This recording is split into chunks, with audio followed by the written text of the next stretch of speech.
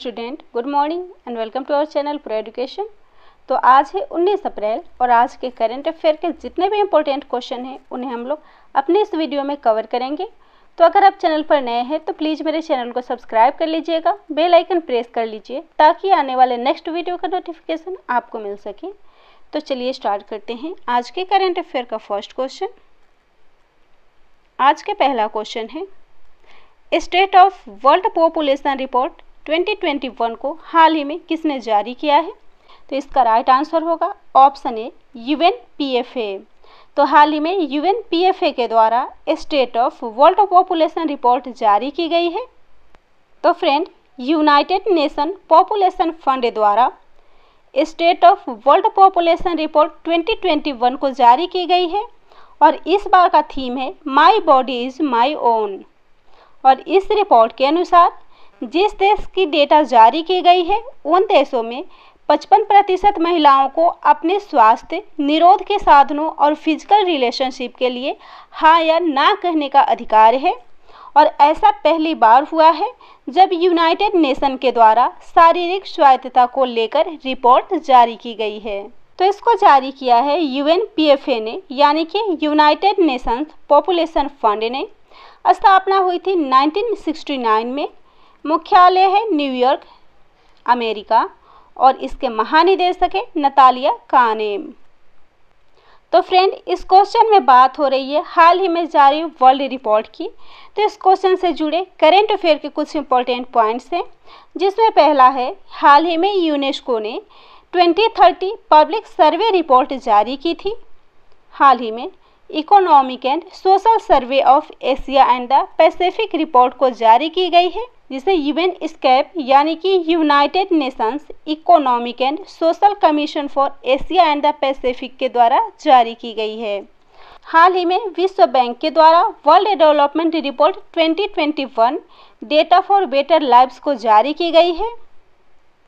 और इसके साथ ही हाल ही में investment opportunity in India's health care sector report को भारत में नीति आयोग के द्वारा जारी की गई है। और women and main India report 2020 को केंद्रीय सांख्यिकी और कार्यक्रम कार्यान्वयन मंत्रालय के द्वारा जारी की गई है। अगला क्वेश्चन है, किस भारतीय पहलवान ने एशियाई कुश्ती चैंपियनशिप में अपना पहला स्वर्ण पदक जीता है? तो इस क्वेश्चन का राइट आंसर होगा ऑप्शन बी विनेश फोगाट।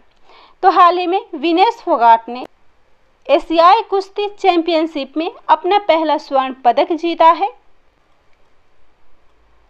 तो फ्रेंड, भारतीय पहलवान विनेश फोगाट ने एशियाई कुश्ती चैंपियनशिप में अपना पहला स्वर्ण पदक जीता है और उन्होंने ताइपे की मेंग सुआन हसीह को हराकर इस पदक को जीता है। तो विनेश फोगाट, जो कि एक भारतीय पहलवान है और वह एशियाई खेलों और कॉमनवेल्थ में स्वर्ण पदक जीतने वाली पहली भारतीय महिला थी। और इसके अलावा वह लॉरेंस वर्ल्ड स्पोर्ट्स अवार्ड के लिए भी नामांकित होने वाली पहली भारतीय महिला एथलीट बनी है।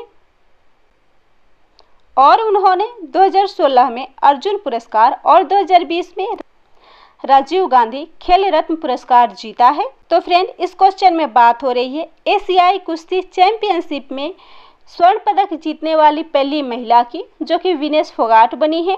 और इसके साथ ही एशियाई कुश्ती चैंपियनशिप में अन्य भारतीय खिलाड़ियों को भी देख लेते हैं। तो हाल ही में अंशु मलिक और सोनम मलिक को टारगेट ओलंपिक पोडियम स्कीम में शामिल किया गया है। और इस योजना को राष्ट्रीय खेल विकास कोष यानी कि नेशनल स्पोर्ट्स डेवलपमेंट फंड के दायरे में लॉन्च किया गया था। और इस योजना का मुख्य उद्देश्य ओलंपिक खेलों के लिए संभावित पदक संभावनाओं की पहचान करना और उन्हें तैयार करना है। और वर्तमान में 9 खेल विषयों को इस योजना के तहत शामिल किया गया है, जिसमें उच्च प्राथमिक श्रेणियों में badminton, athletics, hockey, shooting, weight lifting, tennis, कुश्ती, मुक्केबाजी और तीरंदाजी है। और 6 एथलीटों को हाल ही में टारगेट ओलंपिक पोडियम स्कीम में जोड़ा गया है। इसमें 4 नाविक और 2 एथलीट शामिल हैं। अगला क्वेश्चन है, राष्ट्रीय स्टार्टअप सलाहकार परिषद की पहली बैठक की अध्यक्षता हाल ही में किसके द्वारा की गई है? तो इसका राइट आंसर होगा ऑप्शन बी पीयूष गोयल। तो राष्ट्रीय स्टार्टअप सलाहकार परिषद की पहली बैठक पीयूष गोयल जी के द्वारा आयोजित की गई थी। तो फ्रेंड, पीयूष गोयल जो कि वाणिज्य और उद्योग मंत्री हैं और इन्होंने हाल ही में राष्ट्रीय स्टार्टअप सलाहकार परिषद यानी कि नेशनल स्टार्टअप एडवाइजरी काउंसिलिंग की पहले बैठक की अध्यक्षता की है। और इस परिषद का मुख्य उद्देश्य भारत सरकार को देश में नवाचार और स्टार्टअप को मजबूत करने के लिए मजबूत पारिस्थितिक तंत्र के निर्माण की आवश्यक उपायों पर सलाह देना है।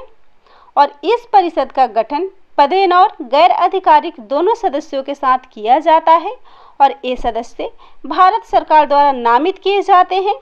इनमें केंद्रीय मंत्रालयों के सदस्य और सफल स्टार्टअप्स के संस्थापक शामिल होते हैं। तो इस क्वेश्चन में बात हो रही है स्टार्टअप इंडिया की। तो भारत में अब तक 38,756 आधिकारिक रूप से मान्यता प्राप्त स्टार्टअप हैं, जिसमें 27 यूनिकॉर्न और यूनिकॉर्न वह स्टार्टअप है जिसका बाजार मूल्यांकन कम से कम $1 बिलियन होता है। और भारत दुनिया का तीसरा सबसे बड़ा टेक स्टार्टअप हब है और भारत सरकार ने देश में स्टार्टअप्स की वृद्धि के लिए एक मजबूत पारिस्थितिक तंत्र बनाने के लिए 2016 में स्टार्टअप इंडिया की शुरुआत की थी।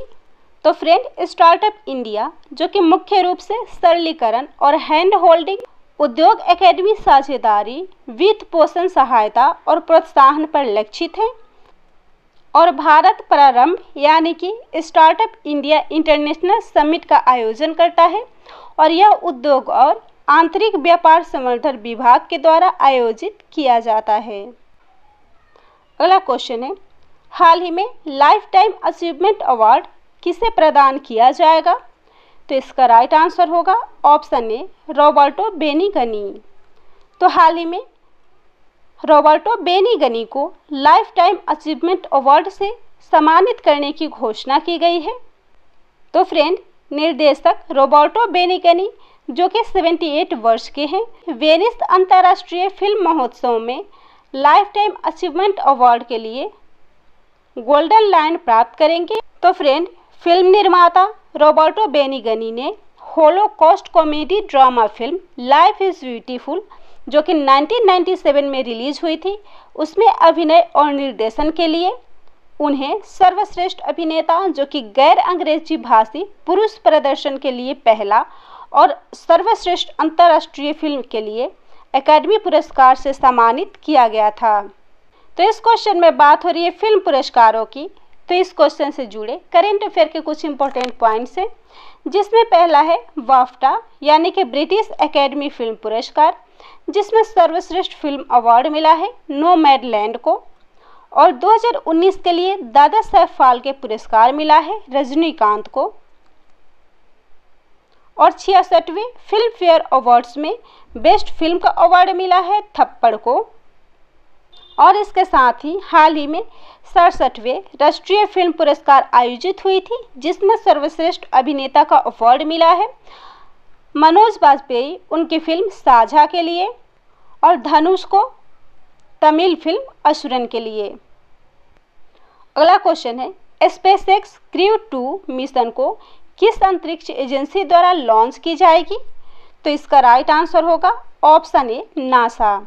तो फ्रेंड, स्पेसएक्स क्रू 2 मिशन को नासा के द्वारा लॉन्च की जाएगी।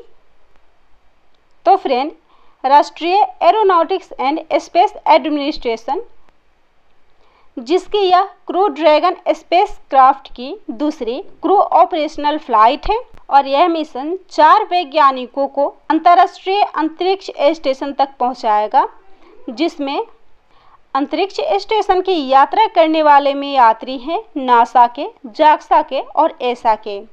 तो नासा जो कि अमेरिका की एक अंतरिक्ष एजेंसी है, जाक्सा जो कि जापानी स्पेस एजेंसी है और एसा जो कि यूरोपियन स्पेस एजेंसी है। तो इस क्वेश्चन में बात हो रही है क्रू ड्रैगन की। तो क्रू ड्रैगन जो कि इन 9 सालों में अमेरिकी धरती से मनुष्यों को लॉन्च करने वाला पहला अंतरिक्ष यान था और इसे पहली बार मई 2020 में लॉन्च किया गया था। और हाल ही में नासा के द्वारा स्पेसएक्स क्रू 2 को लॉन्च किया जाएगा। तो इससे पहले स्पेसएक्स क्रू 1 को भी देख लेते हैं, जिसे कि पहली बार एक निजी कंपनी द्वारा अंतरिक्ष यात्रियों को अंतरिक्ष में ले जाने के लिए उपयोग किया गया था और इसके अलावा यह अंतरिक्ष यात्रियों को पृथ्वी पर वापस भी लेकर आया था। तो इस क्वेश्चन में बात हो रही है नासा और स्पेसएक्स की। तो नासा, जिसके कार्यवाहक प्रशासक हैं स्टीव जुर्चिक, मुख्यालय है वाशिंगटन डीसी, संयुक्त राज्य अमेरिका, स्थापना हुई थी 1 अक्टूबर 1958 में। और वही स्पेसएक्स, जिसके संस्थापक और सीईओ हैं एलन मस्क, इसकी स्थापना हुई थी 2002 में और इसका मुख्यालय है कैलिफोर्निया, संयुक्त राज्य अमेरिका।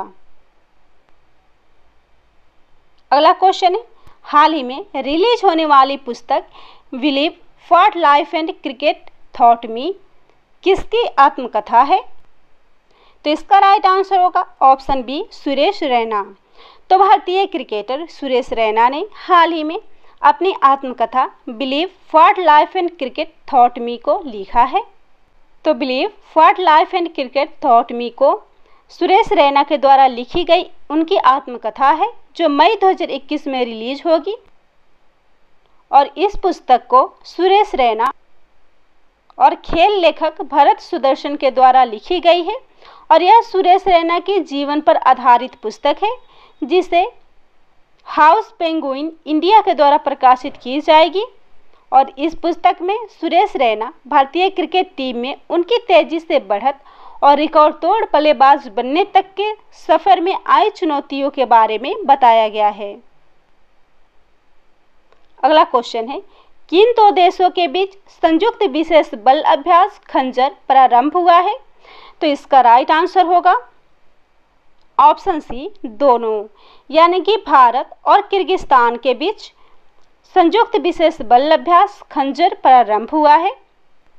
तो फ्रेंड, किर्गिस्तान की राजधानी बिश्केक में किर्गिज गणराज्य के नेशनल गार्ड्स के विशेष बल ब्रिगेड में 8वें भारत किर्गिज संयुक्त विशेष बल अभ्यास खंजर का उद्घाटन किया गया है और यह अभ्यास 2011 में भारत और किर्गिस्तान के बीच शुरू हुआ था, जो कि 2 सप्ताह तक चलता है।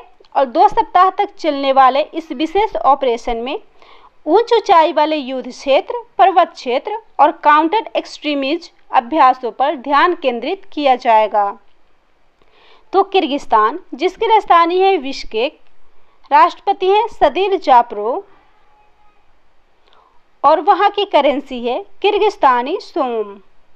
अगला क्वेश्चन है, विश्व हीमोफीलिया दिवस हाल ही में कब मनाया गया है? तो इस क्वेश्चन का राइट आंसर होगा ऑप्शन ए, 17 अप्रैल। तो हाल ही में 17 अप्रैल को विश्व हीमोफीलिया दिवस मनाया गया है। तो फ्रेंड, विश्व हीमोफीलिया दिवस, जो कि विश्व स्तर पर प्रत्येक वर्ष 17 अप्रैल को मनाया जाता है और यह दिन हीमोफीलिया और अन्य रक्तस्राव विकारों के लिए जागरूकता बढ़ाने के लिए मनाया जाता है। और यह दिन वर्ल्ड फेडरेशन ऑफ हीमोफीलिया के संस्थापक फ्रैंक श्राबेल के जन्मदिन के अवसर पर मनाया जाता है और यह वर्ष विश्व हीमोफीलिया दिवस का 30वां संस्करण है। और इसका 2021 का थीम है परिवर्तन के लिए अनुकूलन, एक नई दुनिया में निरंतर देखभाल, यानी कि adapting to change, sustaining care in a new world. तो इस क्वेश्चन में बात हो रही है हीमोफीलिया की। तो हीमोफीलिया, जो कि एक दुर्लभ विकार है, तो यह एक प्रकार का दुर्लभ विकार है जिसमें रक्त में सामान्य रूप से थक्का नहीं जमता, क्योंकि इसमें पर्याप्त मात्रा में रक्त थक्के प्रोटीन और कारकों का अभाव होता है। और यदि आपको हीमोफीलिया है तो चोट लगने के बाद सामान्य रूप से रक्त थक्का जमने की तुलना में आपका खून लंबे समय तक बह सकता है।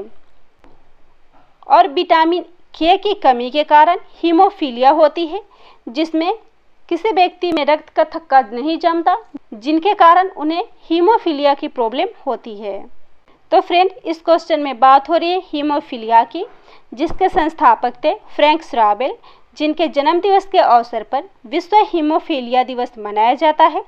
इसकी स्थापना हुई थी 1963 में और इसका मुख्यालय है मॉन्ट्रियल, कनाडा।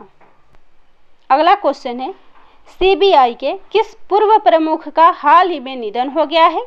तो इसका राइट आंसर होगा ऑप्शन डी, रंजीत सिंह। तो रंजीत सिंह जो कि सीबीआई के पूर्व प्रमुख थे और इनका हाल ही में निधन हो गया है। तो फ्रेंड, सीबीआई यानी कि केंद्रीय जांच ब्यूरो, जिसका पूर्व निदेशक रंजीत सिन्हा का हाल ही में निधन हो गया है और वह बिहार कैडर के 1974 बैच के आईपीएस अधिकारी थे, जिन्होंने 3 दिसंबर 2012 से 2 दिसंबर 2014 तक सीबीआई निदेशक के रूप में कार्य किया था और सीबीआई निदेशक के रूप में नियुक्त होने से पहले वे भारत तिब्बत सीमा पुलिस बल यानी कि आईटीबीपी के महानिदेशक और रेलवे सुरक्षा बल तथा पटना और दिल्ली में सीबीआई के कई अन्य वरिष्ठ पदों पर कार्य किया था। तो इस क्वेश्चन में बात हो रही है प्रसिद्ध व्यक्तियों के निधन की। तो इस क्वेश्चन से जुड़े करंट अफेयर के कुछ इंपॉर्टेंट पॉइंट्स हैं, जिसमें पहला है, हाल ही में प्रसिद्ध रेडियोलॉजिस्ट डॉक्टर ककराला सुब्बाराव का निधन हो गया है। पूर्व चुनाव आयुक्त जीवीजी कृष्णमूर्ति का हाल ही में निधन हो गया है और हॉकी खिलाड़ी बलबीर सिंह जूनियर का भी हाल ही में निधन हो गया है और सुप्रसिद्ध इतिहासकार योगेश प्रवीण का हाल ही में निधन हो गया है। आज का लास्ट क्वेश्चन है, देश का पहला आधार आधारित सिस्टमैटिक इन्वेस्टमेंट प्लान को किसने लॉन्च किया है? तो इसका राइट आंसर होगा ऑप्शन डी, ईट मनी।